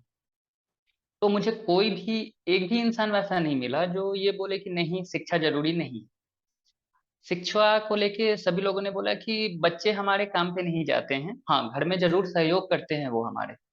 मतलब स्कूल से आने के बाद जो टाइम मिलता है तो हमारा सहयोग कर देते हैं या फिर अपने मम्मी का सहयोग कर देते हैं। लेकिन वैसा नहीं है कि वो काम के कारण स्कूल ना जाए। तो चूंकि रांची है और रांची से सटा हुआ वो जगह था, तो इधर में शिक्षा को लेके अवेयरनेस काफी ज्यादा है लोगों में। जब मेरी बात बच्चों से हुई तो बच्चों का भी यही मानना था कि हाँ हमको कुछ करना है, हमको पढ़ना है। एक बच्ची थी, उससे मैंने पूछा कि बाबू आपको बड़े होके क्या बनना है, तो उसने बोला कि मुझे आईएएस बनना है। मेरे लिए ये काफी सरप्राइजिंग था कि किसी गांव की बच्ची ये बोले कि हमें आईएएस बनना है। तो इधर के बच्चों में वो चीज है कि हमें पढ़ना है। 70% के लगभग वैसे थे जिनको पता था कि हाँ, हमको ये करना है, ग्रेजुएशन तक पढ़ना है, हमको ये पढ़ना है, शिक्षक बनना है तो टीचर बनना है, पुलिस में जाना है। तो उनमें ये था। स्कूल की भी इधर व्यवस्था ठीक ठाक है। अलग बात है कि टीचर थोड़े से समय पे नहीं जाते हैं या फिर उनको दूसरे काम में एंगेज किया जाता है। लेकिन हाँ, बेसिकली पढ़ाई को लेके इधर अवेयरनेस काफी है। तो गौरव जी, जैसा कि आपने बताया, उससे हमें ये ज्ञात हो रहा है कि आपने जिस जिस एरिया पे जाकर के ये स्टडी को जो आपने किया, चाहे वो कंस्ट्रक्शन साइट हो चाहे वो ब्रिक्स क्लीन हो, तो आपकी जो एरिया है वो अधिकांश लग रही है कि जैसे ये सेमी अर्बन कैटेगरी में आती है। क्या मैं सही बोल रहा हाँ, हूँ गौरव जी? हाँ, कि इतनी हाँ, इसमें जागरूकता मैं एक चीज होना। ऐड करूंगा। जी जी बिल्कुल। हाँ, एक चीज मैं ऐड करूंगा। ये मोस्टली मैंने जो बताया ये ब्रिक लेन वर्कर्स का था। कंस्ट्रक्शन साइट वर्कर पे ये था कि बहुत सारे लोग बाहर से आए हुए थे। मतलब चाईबासा के कुछ लोग थे। रांची के लोग बहुत कम मिले कंस्ट्रक्शन साइट पे। अगर हम ईंट भट्ठे और कंस्ट्रक्शन साइट दोनों को कंपेयर करें तो जो अवेयरनेस लेवल ईंट भट्ठा में मुझे देखने को मिला वो कंस्ट्रक्शन साइट पे नहीं मिला। क्योंकि ईंट भट्ठे में जो लोग भी थे वो शहर के आसपास के ही लोग थे। लेकिन जो कंस्ट्रक्शन साइट पे आए हुए थे वो झारखंड के आउटर जिलों से आए हुए थे। कुछ लोग बिहार से भी थे, कुछ लोग बंगाल से भी थे। तो उनके लिए थोड़ा सा ये था कि वो बिल्कुल चाहते थे कि हम जो कर रहे हैं वो बच्चे हमारे वो ना करें, वो अच्छे से पढ़ाई करें। लेकिन ये नहीं होता था कि नहीं, हम अपने बच्चे को बिल्कुल पढ़ाना ही चाहते हैं। उनको लगता था कि बच्चे जब तक पढ़ेंगे तब तक उनको पढ़ाएंगे, आगे बच्चों की मर्जी। तो थोड़ा सा ये अंतर देखने को मिला। कंस्ट्रक्शन साइट वर्कर में उनमें अवेयरनेस तो था, वो चाहते थे कि बच्चों को पढ़ाएं। लेकिन उनके साथ बहुत सारी चैलेंजेस थी। जैसे कि जितने पैसे उन्हें मिलते थे वो सफिशिएंट नहीं होता था। सरकारी स्कूल का अगर हम थोड़े और आउटर साइड में जाएं तो सरकारी स्कूल का स्थिति अच्छा नहीं है। और प्राइवेट स्कूल में पढ़ाने के लिए उनके पास उतना पैसे नहीं होते थे। तो साथ में जो भी महिला और पुरुष दोनों लोग यहाँ पे आ गए हैं काम करने, तो वो अपने बच्चे को गांव पे ही छोड़ के आ जाते हैं। तो उनको ये पता नहीं है कि उनके बच्चे पढ़ भी रहे हैं या नहीं पढ़ रहे हैं। पढ़ भी रहे हैं तो कौन उनको पढ़ा रहा है। तो बच्चे गांव में, और यहाँ पे जितने भी कंस्ट्रक्शन साइट वर्कर थे वो बच्चों को लेके नहीं आते हैं। आज अगर बच्चे 2-3 साल के हुए, 1 साल के हुए तो ही लेके आते हैं। लेकिन 6 से 14 अगर हम बात करें तो उसमें अपने बच्चों को वो लेके नहीं आते हैं। वो गांव में ही रहते हैं। मुझे 5% भी या 3% भी वैसे लोग नहीं मिले कंस्ट्रक्शन साइट वर्कर में जो अपने बच्चे को साथ में लेके आए। तो दिक्कत ये है कि उनके बच्चे गांव पे हैं तो उनके बारे में बहुत ज्यादा उनको पता नहीं होता है कि वो कर क्या रहे हैं। हाँ, ये है कि वो 3 महीने पे जाते हैं तो उनमें अवेयरनेस है कि हमारे बच्चों को पढ़ाना चाहिए। लेकिन जिस तरीके से अपने बच्चे को देखना चाहिए या उन पे काम करना चाहिए, ये अपने मजबूरी के कारण या फिर अपने जीविका को चलाने के कारण नहीं कर पाते। धन्यवाद गौरव। आशीष जी, मैं थोड़ा सा इसमें बीच में इंटरवीन कर रहा हूँ। कुछ सवाल मैं पूछना चाहता हूँ जो सभी के लिए ओपन है, खासकर राहुल जी, चंद्रशेखर जी, कृष्णा जी एंड गौरव जी। तो इसमें आप जवाब देते चलेंगे आप लोग, तो मैं इसमें आगे बढ़ता जाऊंगा। तो बेसिकली जो समझ में आता है, तो ब्रिक किल्न में लोगों के घर, मिट्टी के घर, छोटे छोटे 7x7, कहीं 8x8, इस तरह के मिट्टी के घर हुआ करते थे। कंस्ट्रक्शन साइट में, खासकर जो बड़े कंस्ट्रक्शन साइट, जैसा दिल्ली में गौरव कृष्णा जी ने देखा होगा, रांची में हो सकता है गौरव जी ने देखा होगा, या गंगानगर शहर में भी, तो बड़े कंस्ट्रक्शन साइट में जो मजदूर काम करते थे वो कंस्ट्रक्शन साइट में रहते थे, तो उनके रहने की व्यवस्थाएं कैसी थी?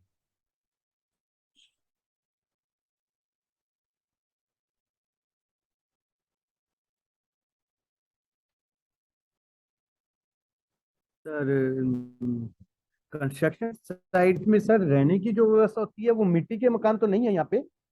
बिल्कुल ही मतलब ठीक है, ईंटों होगा, ईंटों के और सीमेंटेड बने होते हैं। बिल्कुल ही मिट्टी के नहीं है सर यहाँ पे।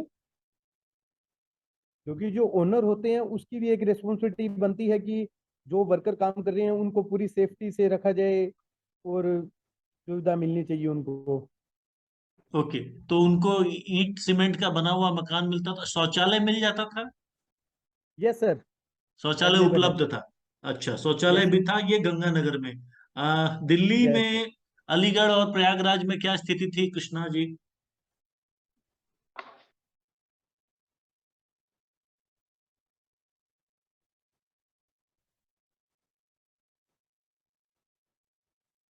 अच्छा, कृष्णा नहीं सुन पा रहे, ठीक है। नॉर्मली वेतन के बारे में बताइए कि ब्रिक किल्न में मोटा मोटी मासिक आय क्या थी और कंस्ट्रक्शन साइट में मोटा मोटी मासिक आय क्या थी। ये सभी लोग से मुझे चाहिए, कृपया एक एक करके बताएंगे। सर अगर पर डे के हिसाब से बात करें तो 250 उनकी एवरेज 250 300 250 300 रहती है। ये ईंट भट्टे और की या ब्रिक किल्न की? कंस्ट्रक्शन एरिया की बात, कंस्ट्रक्शन एरिया में 600 रहती है सर। 600 कंस्ट्रक्शन में? Yes sir. और लेबर की भी 600 है? नहीं, जो लेबर है ना हम्म। उसकी कंस्ट्रक्शन एरिया में 600 रहती है पर अच्छा, डे। 600 रहती है। और ईंट भट्टे में 250 से 300? ईंट भट्टे पे 250 से 300, वो भी हाफ डे की, मतलब एवरेज 600 आ जाती है दोनों की लेबर वर्क। अच्छा, तो ठीक है। राहुल जी, ये आप स्किल्ड वर्कर की बता रहे हैं या अनस्किल्ड वर्कर की, जो कुशल अनस्किल्ड कामगार वर्कर, हैं? जो सर वर्कर काम कर रहे हैं अनस्किल्ड वहां की पे, ये है। मजदूर। ओके। गौरव, रांची में क्या है स्थिति?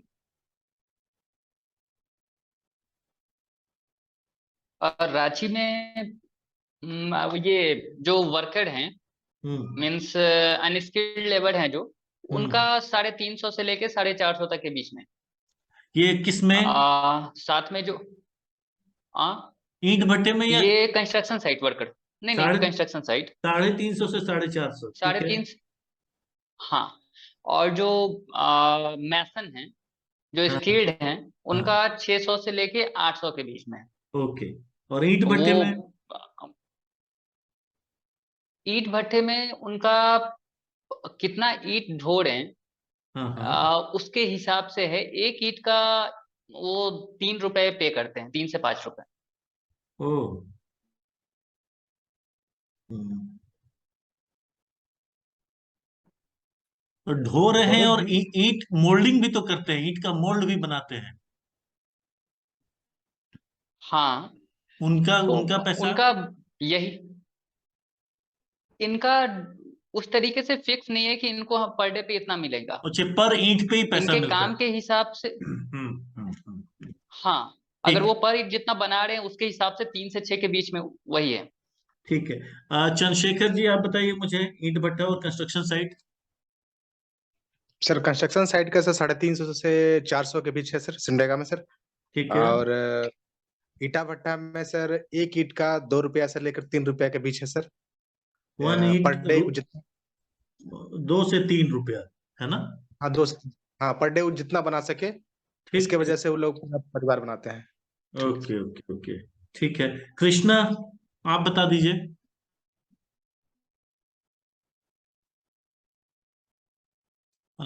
लगता है कृष्णा हमें सुन नहीं पा रहे हैं, पहले भी जवाब नहीं दे रहे। ठीक है। तो अच्छा, ये बताइए कि building and other construction worker एक सरकार की योजना है कि जो सन्निर्माण मजदूर हैं, building and other construction worker, या फिर ई श्रम कार्ड वगैरह जो सिस्टम चला, आप लोगों ने लिखा है कि उसके बारे में उनको विशेष जानकारी नहीं है। ऐसा सही में है क्या? मैं हेलो, मेरी हाँ आवाज हाँ नहीं जा रही कृष्णा। है क्या? अरे मैं लेकिन मैं आपकी टोटल आवाज सुना। अभी आ रही है आपकी आवाज, बोलिए। अब मैं ये बोल रहा था कि हमारे यहाँ हर एक जगह का अलग अलग रेट था। बताइए। ब्रिक लाइन का, अगर हम कहते हैं ईंट हाँ। भट्टे का जो है, ईंट भट्टे का जो रेट है वो हर एक जगह ईंट पे ही निश्चित कर दी गई। कहीं हम्म। 85 पैसा है, 1 रुपया है, वो जितना ईंट बना सके उतना उनको मिलता है। लेकिन कहीं पे भी 2-3 रुपया ऐसा तो मुझे नहीं मिला कहीं पे जो 2-3 रुपया, इसलिए कि वो ठेकेदार को ही मिलता है 2 रुपया, वो ओके। फिर बेचता है 5 रुपया 3 रुपया में तो खुद बेचता है। तो इस तरह से उनका रेट उसी पे ईंट पे ही तय है। और यहाँ कंस्ट्रक्शन वर्कर है तो जहाँ पे लेबर है वहाँ पे 350 रुपया है, 400 रुपया है, अधिकतर कहीं अधिक है तो 500 रुपया, 500 से कहीं अधिक नहीं।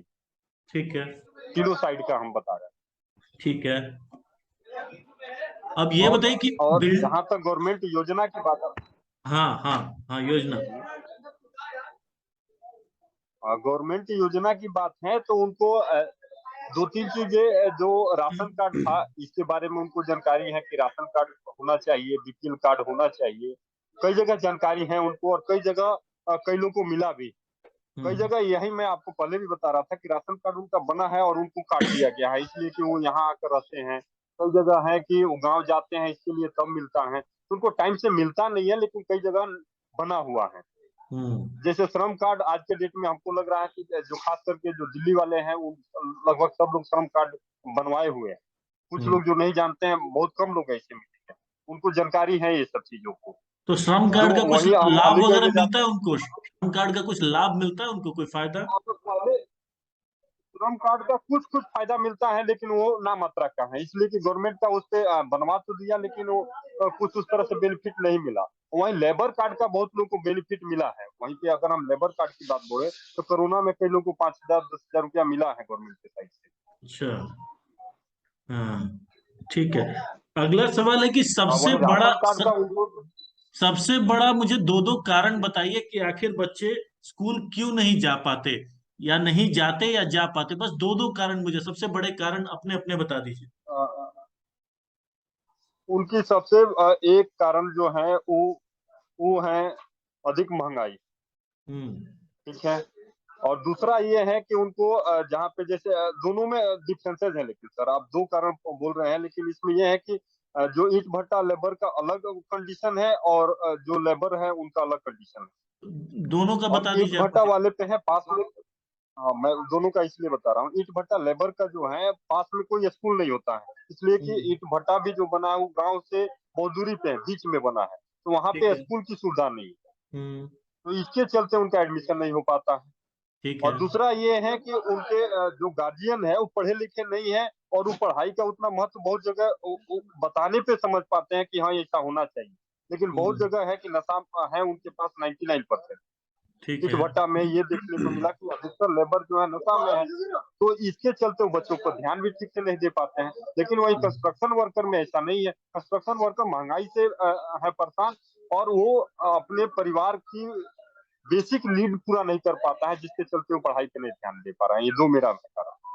ठीक है। आपका राहुल, राहुल इसमें बताइए। सर सबसे बड़ा कारण तो यही है कि एक तो स्कूल पास में नहीं होते उनके, ठीक है।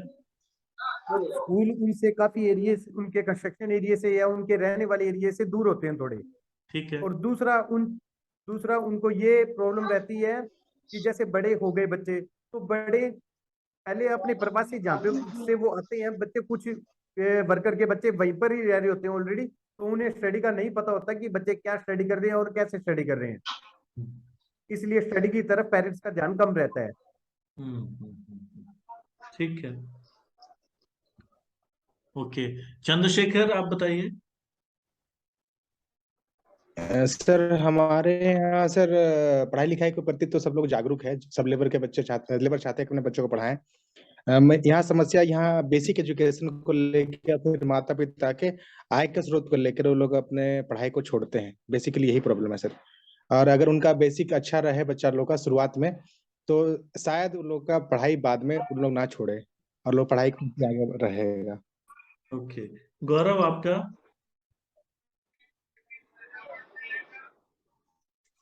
यहाँ पे तो मोस्टली बच्चे स्कूल जाते हैं, लेकिन कुछ समस्याएं हैं। अगर किसी का फैमिली प्रॉब्लम कुछ हो गया, अगर घर में कोई कमाने के लिए नहीं है, तब वो प्रेफर करते हैं कि पढ़ाई छोड़ के फिर कहीं बाहर देखें। या तो फिर अगर स्कूल में अच्छे से पढ़ाई नहीं हो रही है, टीचर ही नहीं आ रहे हैं, तो कुछ कुछ गार्जियन बोलते हैं कि चलो अब फिर स्कूल में क्या फायदा है तो करो, लेकिन इसका परसेंटेज बहुत कम है, मैक्सिमम बच्चे स्कूल जाते ही। ठीक है। अच्छा, ये अभी 1 मिनट और बचे हैं, एक बार और 10 मिनट मुझे आप लोग से चाहिए होगा। थोड़ा मुझे बात करनी है कि क्वालिटी ऑफ लर्निंग के बारे में, बच्चों का वल्नरेबिलिटी के बारे में, बच्चों के साथ कोई अन्य तरह का शोषण की स्थिति भी आती है क्या, वो समझना है। थोड़ा चाइल्ड लेबर समझेंगे।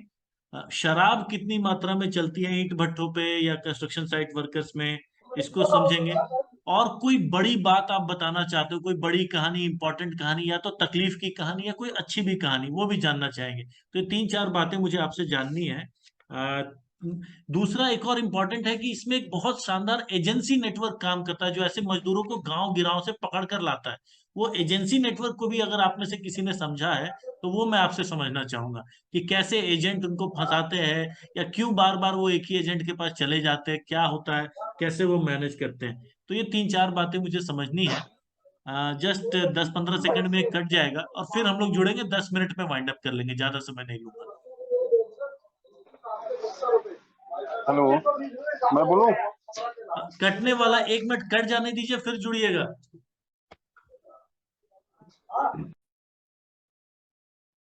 सभी का वापस स्वागत है। जो हमने लास्ट में जो 2-4 सवाल रखे हैं उसका उत्तर मुझे आप दे दीजिए। कृष्णा, आप देने जा रहे थे उत्तर। अच्छा, कृष्णा अभी नहीं आया है, आते होंगे। तो चंद्रशेखर जी, आप तब तक मुझे बता सकते हैं कि अ, ये जो एजेंसी का, जो एजेंट का, जो ब्रोकर का जो सिस्टम होता है, जो मजदूर लेकर आता है, वो सिस्टम कैसे काम करता है? अगर आपने थोड़ा भी इसको समझा हो तो मुझे इसके बारे में बताइए।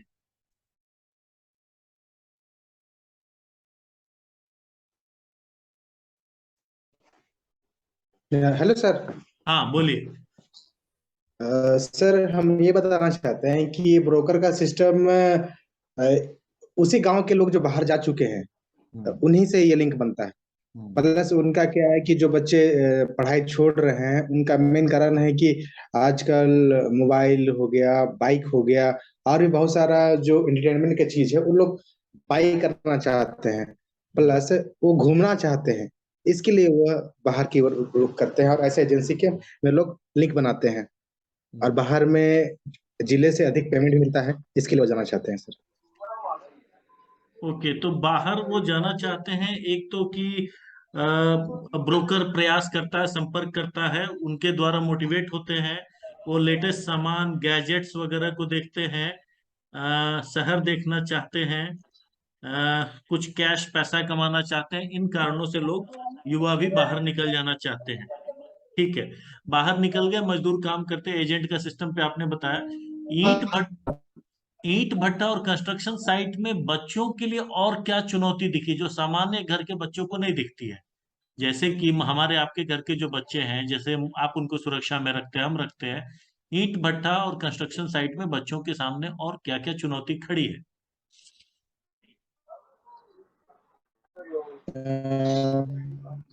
सर, उनके माँ बाप उतने शिक्षित नहीं हैं, और बहुत सारे बच्चों के साथ जो जो अप्रिय घटना घटती है, उनसे अनजान है, तो ये घटना होने का चांस वहाँ बढ़ जाता है सर। और इनसे उनके माता पिता को भी अभी तक जानकारी नहीं है, उनको जानना चाहिए ये सब बात। पढ़ाई लिखाई के प्रति वो लोग तो चाहते हैं हमारे इलाका में, मगर उनको पता नहीं है कि पढ़ाई को किस स्तर से पढ़ाया जाए, और उनका जो हमारे ग्रामीण स्तर पे जो आंगनबाड़ी काम करती है, वो भी बढ़िया से नहीं कर पा रही है। इसके कारण से वो उतना पढ़ाई के प्रति लगाव नहीं बन पाता है, इसलिए जो छोड़ते हैं पढ़ाई, उनका मेन कारण यही है। ठीक है। शिक्षा की गुणवत्ता कैसी है, कैसी पढ़ाई मिलती है, जिन बच्चों को मिलती भी है, उसके बारे में टिप्पणी। सर, शिक्षा का स्तर खासकर हम लोग झारखंड में मिशन स्कूल भी है और गवर्नमेंट स्कूल दोनों है, तो स्तर तो दोनों का ठीक, गवर्नमेंट से अच्छा है, मिशन का ही है। तो जो लेबर जो है वो चाहते हैं कि अपने बच्चों को मिशन स्कूल भेजे प्राइवेट में, उनका कॉस्ट भी कम है, इस वजह से बहुत सारे लेबर जो भेजना चाहते हैं और भेज ही रहे हैं अभी। तो मिशन स्कूल का कॉस्ट कम है? हाँ सर, बाकी सस्ता भेजते हैं। ये गांव में हमारे सिमडेगा में हर 10 किलोमीटर में एक स्कूल मिलेगा सर। ओके 10 किलोमीटर 5 किलोमीटर में एक स्कूल। बिल्कुल। ठीक है सर। अच्छा, अगला सवाल कि शराब का प्रचलन कैसा है? सर लेबर कैटेगरी में शराब का प्रचलन हर शाम में ये लोग काम करने के बाद में पीते ही पीते हैं। महिलाएं भी पीती है बहुत जगह तो, और पुरुष तो पीते ही पीते हैं। तो इनका इफेक्ट बच्चों पर भी पड़ता है। बच्चों को लगता है कि ये सेवन करना कोई समस्या नहीं है। तो 14-15 साल के बाद हो सकता है कि उनमें ये आदत आ जाती है, और ये भी एक समस्या है कि उनके शिक्षा में बाधा डालती है। ठीक है। कोई विशेष कहानी, कोई विशेष चीज आपने देखा हो जो एक बताना चाहते हो? कुछ भी दिमाग में हो, बाद में ही बता सकते हैं अगर, है ना?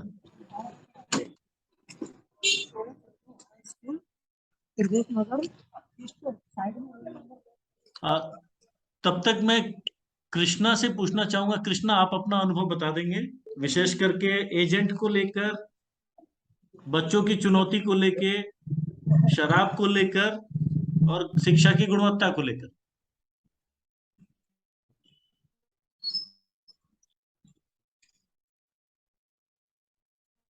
कृष्णा,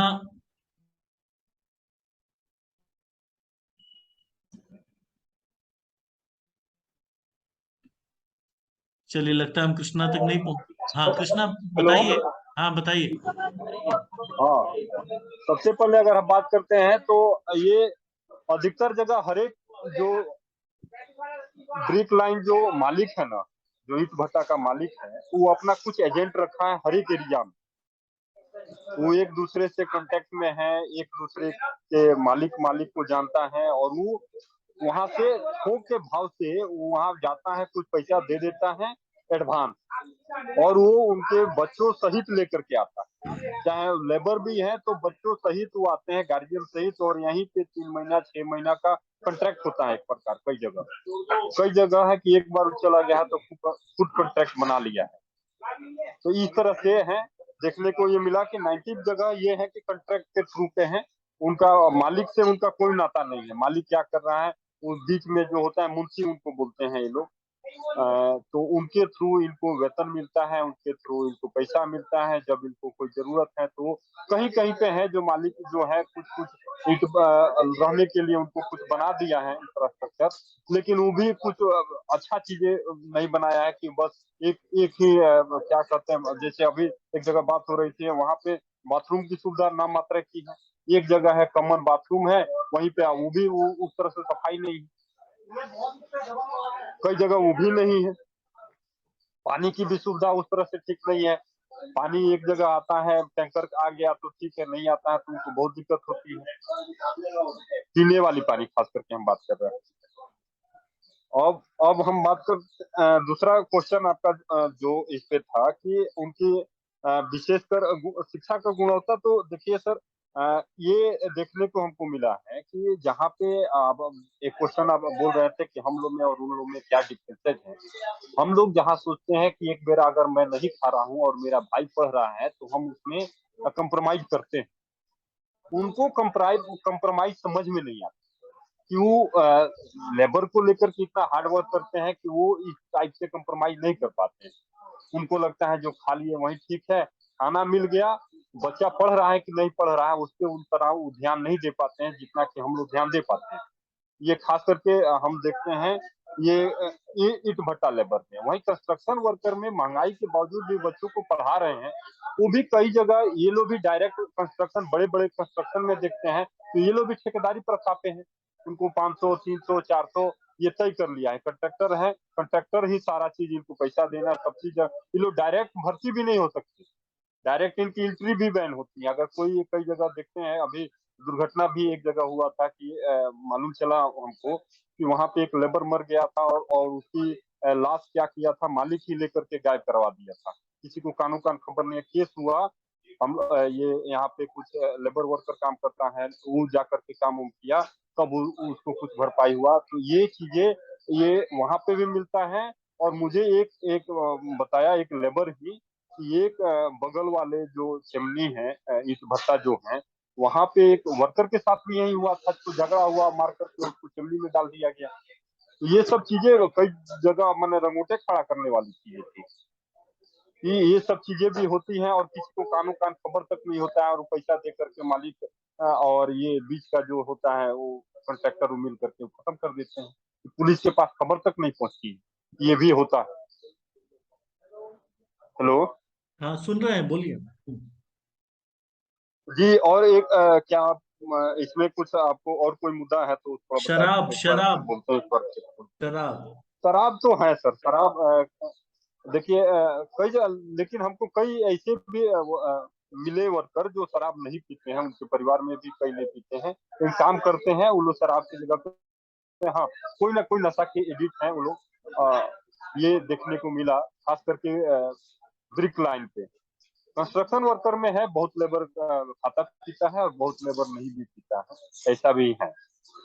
ओके, कंस्ट्रक्शन वर्कर में स्थिति थोड़ी अच्छी है, ब्रिक में जो बुराइयां हाँ, स्टैंडर्ड हैं वो हैं। स्थिति थोड़ी सी खराब है। अच्छा। जी जी सर। तो बच्चों के लिए चुनौती कुछ और विशेष? बच्चों के लिए सबसे बड़ी चुनौती यही है सर कि उनको एक तो हम लोग को ये डालना चाहिए कि जैसे कि माइग्रेन जो आप हम लोग काम करते हैं, माइग्रेन में क्या होता है जब जल्दी बच्चों का एडमिशन नहीं हो पा रहा है, इसलिए कि उनको आधार कार्ड चाहिए, पैन कार्ड चाहिए, और भी कई चीजें ऐसे ऐसे डिमांड की जाती है जो जल्दी बनता नहीं, और आम जो लेबर है उनको बनवाना भी मुश्किल हो गया है आज के डेट में। तो इसके चलते बच्चों का एडमिशन नहीं हो पाता है, आधार कार्ड के नाम पे चाहे वोटर आईडी के नाम पे जल्दी एडमिशन ही नहीं हो पा रहा है उनको आकर के दूसरे जगह पे। तो बहुत तो लेबर है कि कई जगह है, ये है कि थोड़ा सा पैरवी उर्वी करके चाहे किसी जान पहचान है, अगर ये कंस्ट्रक्शन वर्कर वाला तो एडमिशन करा भी ले पा रहा है, लेकिन उसमें भी ये चीजें देखने को मिली कि कई बार कई एप्लीकेशन पड़ा लेकिन वो एडमिशन नहीं करा पाता। ये चीजें ये तो इसी के चलते वो प्राइवेट में भी जाता है, प्राइवेट में भी कई इतना की हो गया है आज के डेट में, खास करके दिल्ली में तो ठीक प्राइवेट में स्कूल में इतना है कि आम मजदूर के पढ़ाने का बस की बात होती ही नहीं है, तो सोचता है गवर्नमेंट में हो जाए, लेकिन गवर्नमेंट में भी पहले तो बीच में लाए थे केजरीवाल जी के हम कराएंगे एडमिशन, कुछ लोग का हुआ भी, लेकिन बहुत ऐसे लेबर हमको मिला जिसका बच्चों का एडमिशन आज तक नहीं हो पाया है। कई लोग का हम नंबर दिए हैं, कई हमारे फ्रेंड सर्किल में DYFI के लोग हैं, तो उन लोगों को मैं बोल देता हूँ, तो लोग कई बच्चों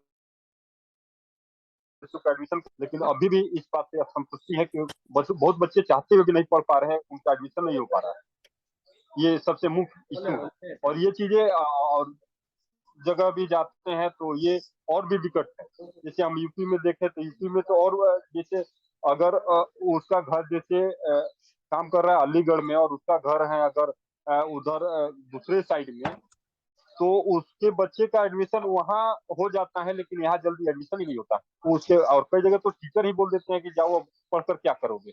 ऐसे भी मुझे कंप्लेन मिला, मैं हो सकता है 1-2 फार्म पर भी मेंशन किया हूँ मैं, ऐसे ऐसे कई जगह मुझे जो थोड़ा सा लगा उसका मैं मेंशन भी कई फार्म पे भी कर देता हूँ कि इसके साथ ये समस्या है। नहीं, बहुत अच्छी समस्याओं को आप सामने ला रहे हैं, जैसे कि अलीगढ़ का में मजदूरी करने आ रहा है रहने वाला, लेट से कि वो बनारस का है या फिर बिहार का है या झारखंड का है, तो राशन के लिए तो भारत सरकार ने कल्पना की कि वन नेशन वन रेशन, एक देश एक राशन कार्ड वगैरह की परिकल्पना बनाई। तो क्या ऐसे जो प्रवासी मजदूर हैं इनके लिए वन नेशन वन एडमिशन जैसी कोई कल्पना आ सकती है क्या? तो ये बहुत अच्छी बातें आप लोग एकदम बता रहे हैं, है ना? तो मैं चाहूंगा कि अब आप लोग ने सारा कुछ सुना है, मैं एक बार और आशीष जी को बोलूंगा कि, और गौरव जी को भी, कि कुछ और जोड़ना हो घटाना हो तो जोड़े घटाएं, और आप लोगों से ही कि जो समस्याएं आपको दिखी उसका समाधान क्या हो, आप लोग हमें 10-10 पॉइंट उस पर लिख कर भी दे, ताकि हम इस पूरे एक्सरसाइज को, हमने काम किया इसको मीनिंगफुल बना पाए। तो मैं वापस आशीष जी को हैंड ओवर करूंगा, और बहुत सुंदर फीडबैक्स मुझे मिले हैं। Ashish ji, please take over. Thank you sir. अंत में मेरा एक प्रश्न है जो कि सभी मेरे साथियों से है। जैसे कि कंस्ट्रक्शन वर्कर की बात हम लोग कर रहे हैं, तो वहां पर बड़े बड़े भी उनके एम्प्लॉयर्स होंगे, जो बड़े बड़े बिल्डर्स हैं, वो भी उनके अंदर में भी बहुत सारे मजदूर काम कर रहे होंगे। तो क्या वैसे बिल्डर्स, वैसे एम्प्लॉयर की तरफ से उनके यहाँ काम करने वाले जो मजदूर हैं उनको किसी तरह की बीमा की सुविधा या फिर ऐसे कुछ सुरक्षा के दृष्टिकोण से वैसे कुछ उपकरण दिए गए हैं, या आप लोगों ने वैसा कुछ ऑब्जर्व किया कि जैसे कि कंस्ट्रक्शन साइट्स में नॉर्मली हम लोग देखते हैं ना कि हेलमेट दिया जाता है, कुछ प्रोटेक्शन गार्ड दिया जाता है, उस तरह की कुछ भी सुविधाएं उनको प्रदान की गई है, चाहे किसी भी राज्य में हो? इस तरह की अगर चीजों अगर आप लोग देखे हो तो बताएं। तो मैं एक जगह मैं अलीगढ़ में गया। हेलो,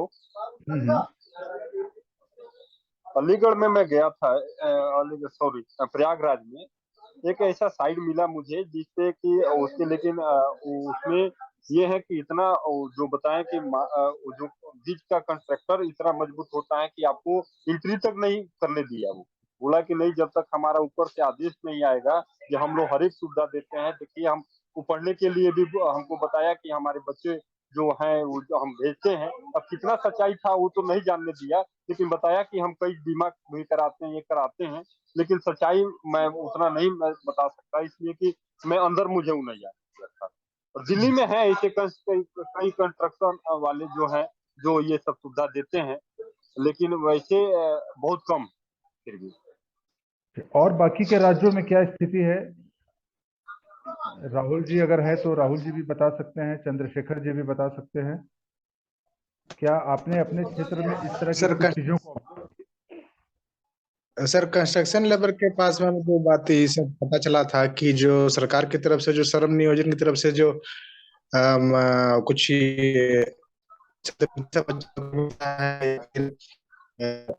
उनके क्या सब कुछ मिल चुका है।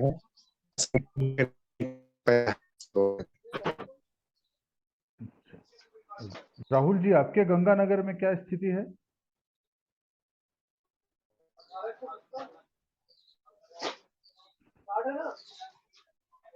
राहुल जी अगर सुन पा रहे हो तो।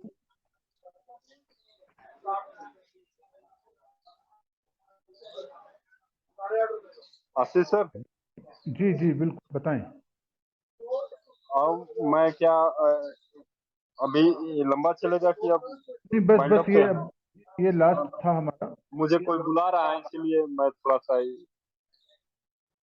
अच्छा आप जानना चाह रहे हैं, ठीक है, आपकी इजाजत होती है। ठीक है, चलिए तो बहुत अच्छा थैंक यू सर, अच्छा लगा मुझे। और मैं ये आशीष जी, चाहूंगा कि सर और वाले सर।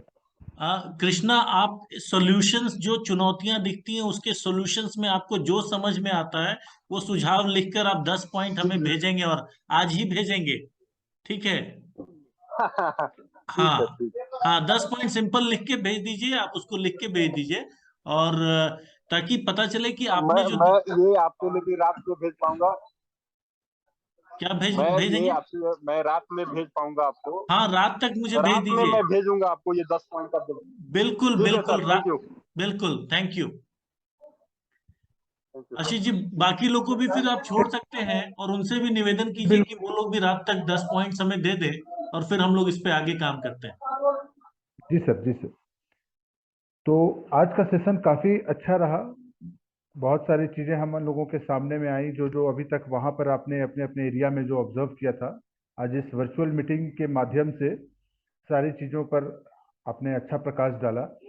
और आप लोगों से अंत में यही एक हमारी रिक्वेस्ट है कि जो बातें आपने अभी जो इस मीटिंग के दौरान आपने बताई, जो समस्या बताई, उस पर एक छोटा सा एक नोट बना करके जो जो सॉल्यूशंस हैं और जो जो चैलेंजेस हैं उसको कृपया एक नोट बना करके आज शाम तक हमें व्हाट्सएप के माध्यम से भेज दें, तो हमारी ये स्टडी को एक नई मुकाम मिलेगी, और आपके जो भी सुझाव हैं उसको हम लोग अपनी स्टडी में शामिल करेंगे। तो अंत में आप सभी लोगों का मैं धन्यवाद देना चाहूंगा कि आपने अपना कीमती समय निकाल करके इस वर्चुअल मीटिंग के माध्यम से हम लोगों के साथ जुड़े और अपनी अपनी संभावनाएं को आपने प्रकट किया कि कैसे इस स्टडी को और बेहतर बनाया जा सकता है और क्या क्या समस्याएं इस स्टडी में आई। तो फिर से मैं आप लोगों को थैंक यू बोलूंगा, और इसी के साथ हम लोग इस मीटिंग का अंत करते हैं यहाँ पर।